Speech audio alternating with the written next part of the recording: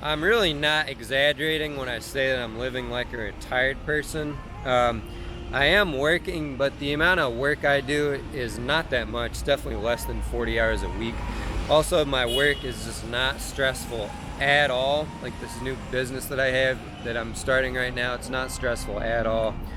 I have enough money right now where I could live for about a year and a half or at least a year with my current lifestyle without doing any work if I wanted to.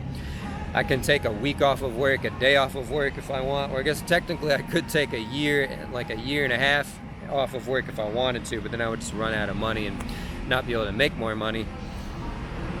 But it's kind of a different topic. I'm living in a foreign country. The weather here, it is probably a bit too hot to be honest, but it's really hot. There's like no seasons. It's pretty awesome. I was living in California before this. The weather's pretty great there, but even there we get this like 3 to 4 month winter where it's like cloudy all the time. It's kind of depressing. I don't get that at all here. Like there's literally no seasons. It's pretty amazing. I have a girlfriend here that does pretty much like all my cooking for me, and I'll get into the way I was able to accomplish that. So the number one reason that I'm able to accomplish this is, first of all, I live in a foreign country, so my expenses are cut way down.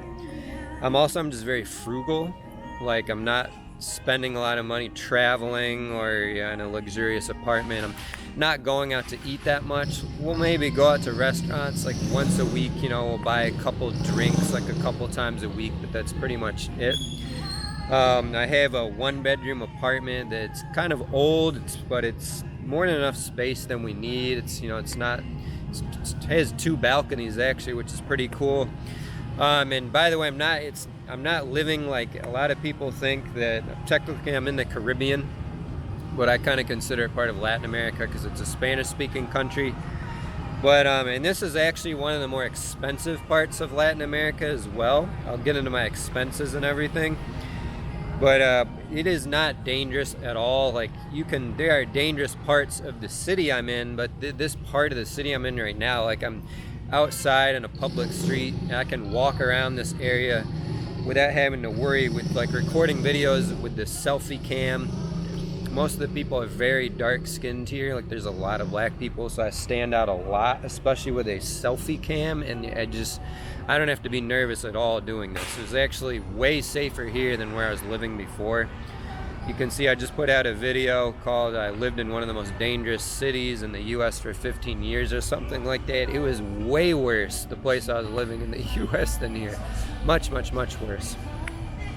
The thing about Latin America is, yeah, it can be dangerous, but like it's so much cheaper than the US, and like where you can afford to live, like you can afford to live in the nicest, safest part of the city, and it's still way cheaper than the US. The way I'm able to do this is, first of all, I have been frugal for a long time. But I had my own business before I did this. It was basically a small rental car business. I use the app called Turo. If you're interested in that, you could book a phone call with me. If you really, you can just search on YouTube for free about Turo. But it can be a very good way to kind of build up money, and like it can be a very good way to start out as an entrepreneur and build up a bunch of cash. There are people that are doing that business that have like 100-car fleets that are, bringing in probably maybe over 100K a month, I would assume, even in profit after their expenses. It can be very great, but I had a small business. I got up to like 8 cars, and I really liked it, but the one thing is it made it hard to travel and hard to move, because it's it's just a very like static sort of business that involves physical assets of cars. So what I did, I decided to quit that, and I sold all my cars, and I ended up with about $50,000 cash, a little over 50 grand in cash, I think, after I sold everything.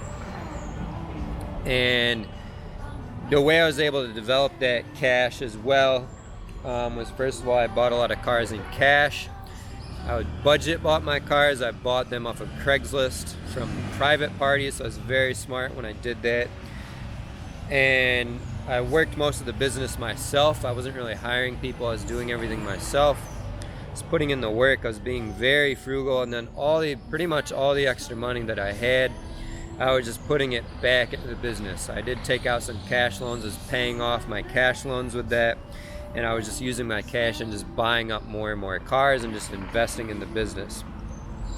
Not just saving money and just having my money sit there, but putting the money that was sort of savings or whatever, my extra money, back into the business so I can make more money and have more assets, and then have more like equity in the cars that I own and paying down the loans and everything. And then I did that, and then I ended up moving to Latin America, and I'm living the dream. I'm living like a retired person now. Like I'm so much more relaxed here. Like I'm not running this rental car thing by myself. I'm just working a business from my laptop, doing what I want, and I have enough money now where I can live for like a year and a half if I wanted to without working at all.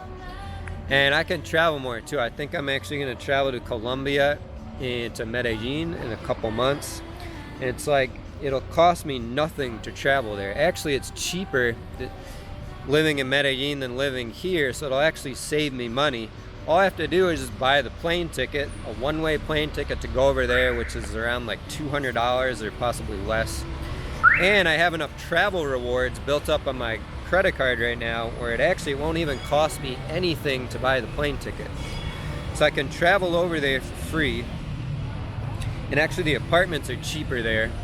So I'll probably just get an Airbnb to start out with. And the Airbnb, the monthly cost of the Airbnb is pretty much the same monthly cost as the apartment that I have now.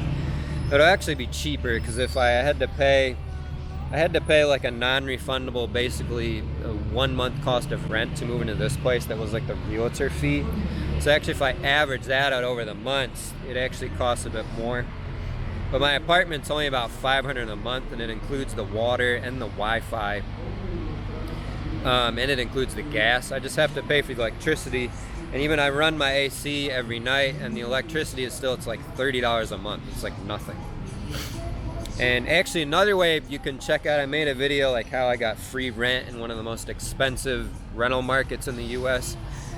That was another way I was very frugal and was able to save money before I moved here. It was I had a 4-bedroom apartment, and I had it for myself for a while. But what I ended up doing was renting out all 3 of the bedrooms to other people, and allowed me to get free rent. Actually, I think I was even making a profit off of it at first.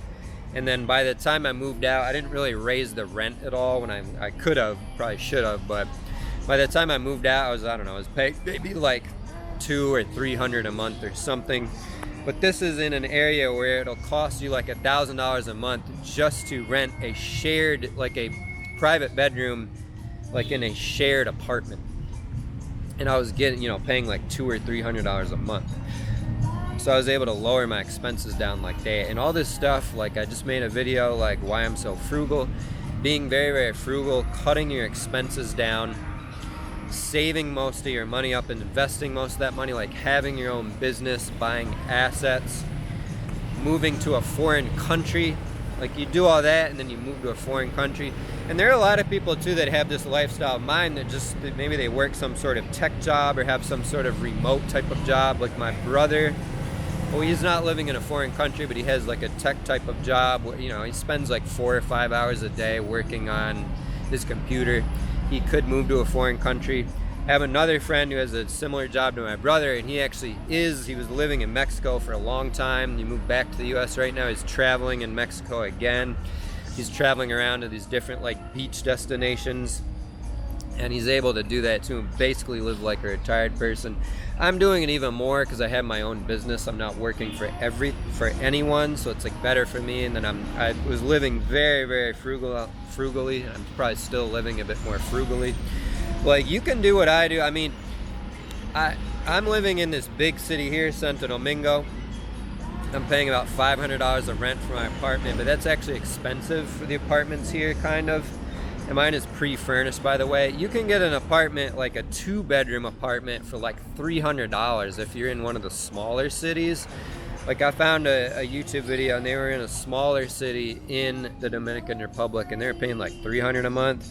You could live in Medellin, and hey, you can get a 2-bedroom apartment there for like $300 a month. Like And you can get these apartments too, like very close to the beach. If you're in like a smaller beach city, because if you're in a major city, the rent's going to be more expensive. But if you're in a much smaller city, like you can go to if you go to the Philippines or places in Asia, like I think like Thailand or there's a bunch of places in Asia where it is much cheaper to live here, and like the Philippines is much cheaper than Latin America.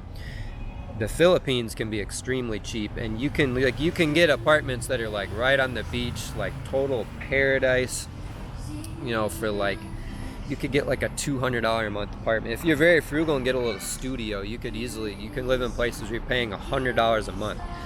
My expenses are about $2,000 a month I'm paying, but that includes a $670 student loan payment that I have to pay every month. If it wasn't for that, my expenses would be under $1,500 a month. And it includes paying for like Ubers and I live with my girlfriend, so that includes paying for her food, and paying for like Ubers and stuff when she goes back to her house. And still I'm able to live for under $1,500 a month. I mean, you can easily, if you're single, even being a couple, you could easily live on a budget of $1,000 a month, even in this country. But you could live for like $800 a month in some places if you don't have any like debt that you have to take care of or anything like that. You're living smart and frugally. It's pretty easy to live like this. Maybe not completely easy to live as with the little amount of hours that I work, but like, I mean, $800 a month, if you're leveraging the U.S. economy or working online, it's like nothing. Even $2,000 a month, that's not a lot of money. It's fairly easy to accomplish that and be able to work remotely, be able to work online and have your own sort of business or freelance job. Check out the other videos on my channel where I talk about the type of work I do and how you can accomplish this type of work if this is something that you might want to do.